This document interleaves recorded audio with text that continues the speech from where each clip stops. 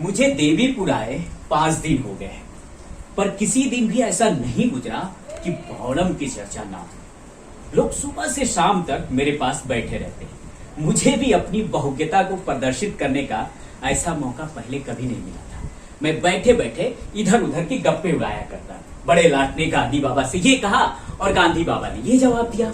अभी आप लोग क्या देखते हैं, पूरे 50,000 जवान जेल जाने को तैयार बैठे हैं। गांधी बाबा ने आज्ञा दी है कि हिंदुओं में छूत छात का भेदभाव ना रहे, नहीं तो देश को और भी अधीन देखने पड़ेंगे। तथास्तु। लोग तन्मय होकर हमारी बातें सुनते और गदगद कंठ से कहते, अब तो महात्मा जी का ही भरोसा है। ना हुआ बौड़म, नहीं तो आपका गला नहीं छोड़ता। कोई उससे ऐसी बातें किया करे तो रात की रात बैठा रहे। हाँ, ये बौड़म है कौन? कौन है बौड़म? कोई पागल उगल है क्या? हा? पागल है?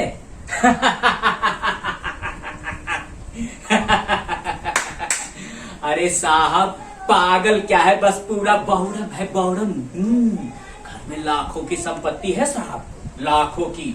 नौकर चाकर इतना लूटते खाते हैं, उसकी तो उसे जरा भी परवाह नहीं है साहब।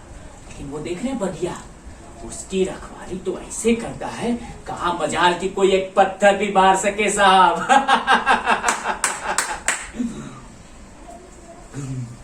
इतनी सब बातें सुनने के बाद उस विचित्र व्यक्ति से मुझे मिलने की बड़ी इच्छा हुई। सहसा एक आदमी ने कहा, साहब साहब, वो देखिए बौड़म। 20-21 वर्ष का हिस्स नौजवान, गाढ़े का कुर्ता पैजामा पहने मेरी तरफ चला आ रहा था। आइए आइए आइए।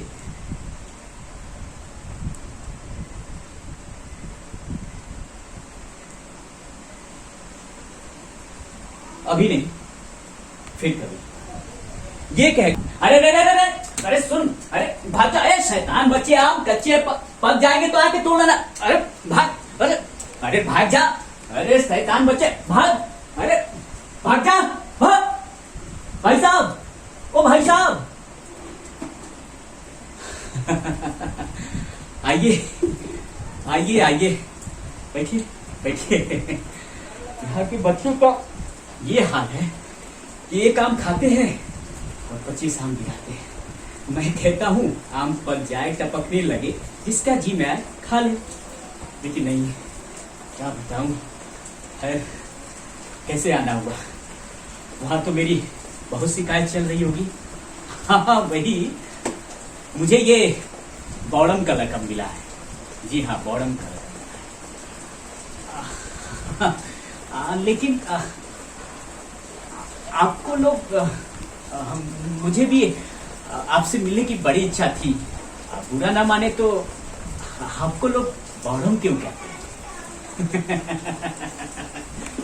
उनकी मर्जी और मैं क्या करूं। मैं जिंदगी को कुछ और समझता हूं, लेकिन मुझे इजाजत नहीं कि मैं 5 वक्त की नमाज पढ़ सकूं। मेरे वालिद हैं, मेरे चचा जान हैं, दोनों पहर रात तक काम में मशरूफ रहते हैं। सुबह से शाम तक हिसाब ही हिसाब, नफा नुकसान, मंदी तेजी, इसके सिवा तो कोई बात ही नहीं करते।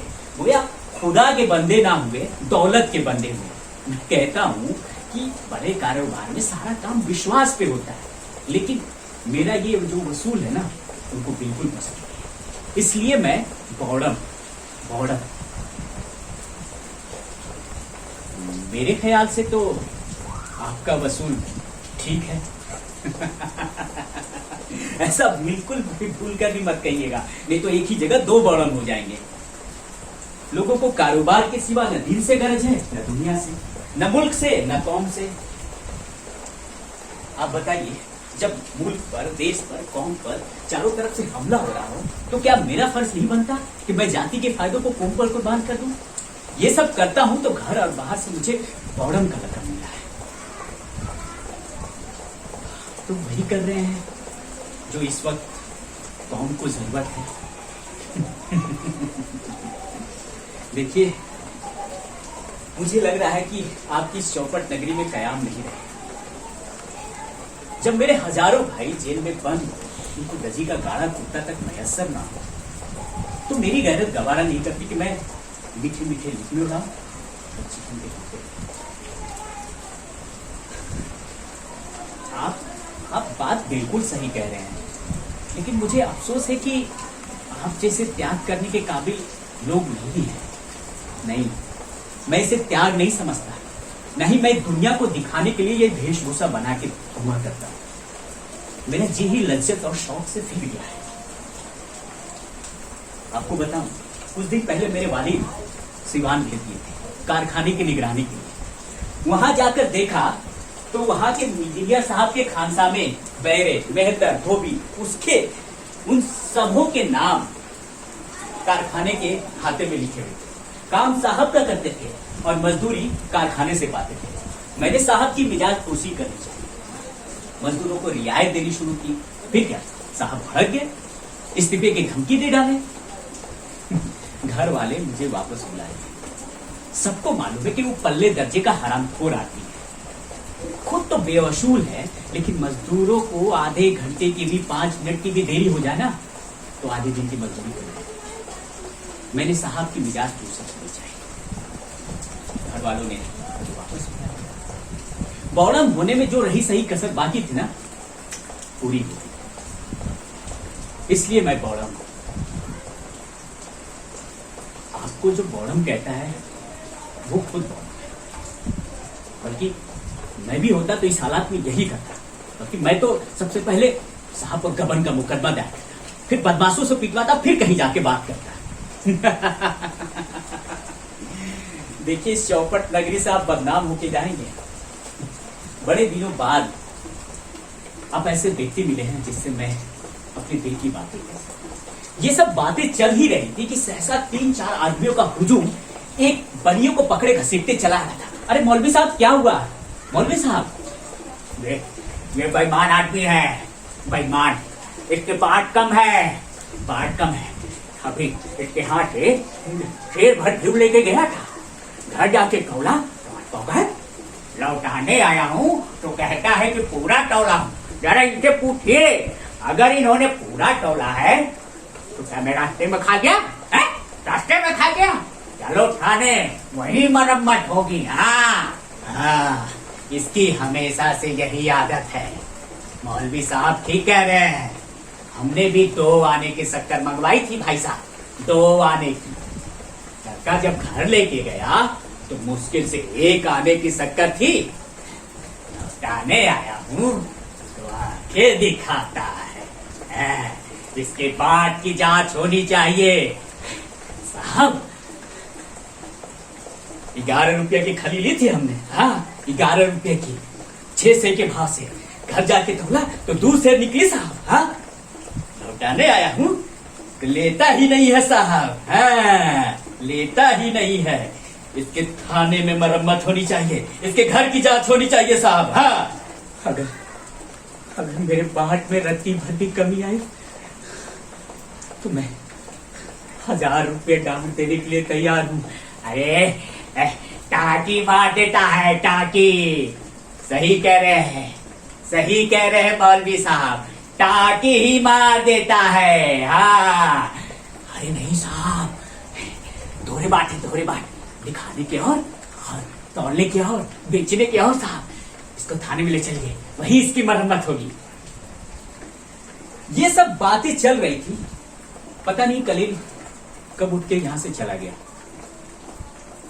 तभी ये लोग बनियों को पकड़ के थाने ले जाने वाले थे कि दूर से खलील आता हुआ दिखाई दिया।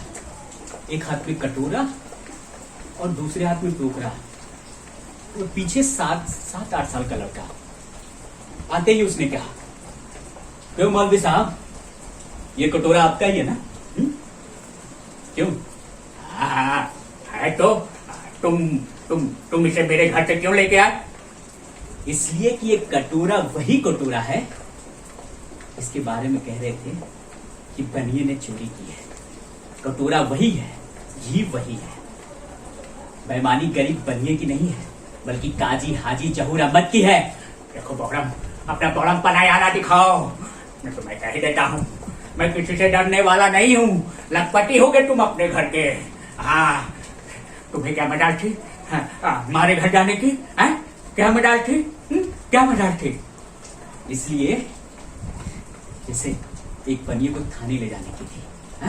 चलिए थाने, वही बात होगी। देखो बड़म, कसम कुरान शरीफ की, आज तक मेरे गांव में किसी ने ऐसा इल्जाम नहीं लगाया।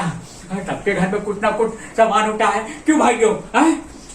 अभी तुम्हारे वालिद के पास जाता हूँ। अभी जाता हूँ, अभी चल के जाता हूँ। अरे मौलवी साहब, जाते कहाँ हैं? चलिए, हमारा आपका हिसाब तो थाने में होगा। वही कहने के लिए मौलवी दीनदार ऐसे बनते हैं कि देवता ही है। घर में सामान रखकर हमको बेईमान साबित करते हैं। ये दाढ़ी इसीलिए बढ़ाई है? क्यों बे, तू भी थाने जा रहा था ना? चल मैं भी थाने चलता हूँ। चल चल, और ये 2 सेर खली भी लेता आया, उठा ले, चल। खलील भाई साहब, कसम, जवानी की कसम, मुझे मौलवी साहब ने सिखा दिया था। किसी के सिखा देने पर किसी के घर में आग लगा दोगे? खुद तो बेटा दूध में पानी मिला कर बेचते हो, और आज इतनी मोटरमर्दी सवार हो गई है कि तुम एक गरीब बनिए को बदनाम करने पर लगे हो, तबाह करने पर लगे हो। घर में सामान रखकर कहते हो कि बनिए ने कम तोला है। मेरे लाख रुपए की गई है। मैं थाने में रपट दिखाए एक ना मानूंगा। हाँ, अभी मैं थाने में जाऊंगा। अरे मौलवी साहब, साहब जी, कि माफ कर दो, नहीं तो मैं कहीं का नहीं रहूंगा। क्यों मुंशी जी, आपकी भी कलई खोलूं या सीधे घर का रास्ता लेंगे? क्यों? तुम मुझे भी हिर समझ रखे हो कि तुम्हारे भक्तियों में आ जाऊंगा? हैं? तुम्हारी भक्तियों में? हैं? अच्छा बेटा, इधर आ। बेटा बताओ कि तुमने रास्ते में शक्कर फाँक ली थी? हाँ बताओ। लड़के को जैसा सिखा दोगे वैसा ही कहेगा। हैं? बेटा सच बताओ, तुमने रास्ते में शक्कर फाँक ली थी?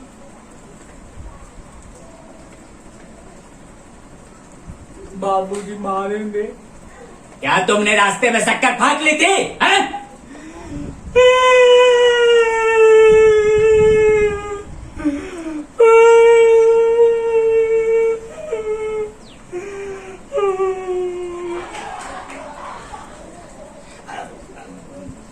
मुझे क्या मालूम कि इसने रास्ते में शक्कर फाँक ली थी? तो इतने कमजोर सबूत पर अब क्यों कर चले थे थाने? क्यों कर चले? गवारों को मनियार्डर के रुपए देते हैं तो रुपए पर 2 आने दस्तूरी काट लेते हैं। टके के पोस्टकार्ड को आने में बेचते हैं। जब कहीं तब मैं साबित कर सकता हूं। क्या ये बेईमानी नहीं है? बताइए, क्या ये बेईमानी नहीं है? भाई साहब, आज आप ना होते तो एक गरीब बनिए की जान चली जाती। बेचारा बेगुनाह पुलिस के पंजे में फंस जाता। सही बात है, लेकिन इसका सिला क्या मिलेगा आप नहीं जानते। थानेदार मेरे दुश्मन हो जाएंगे, कहेंगे कि मेरे शिकारों को भगा दिया करता है।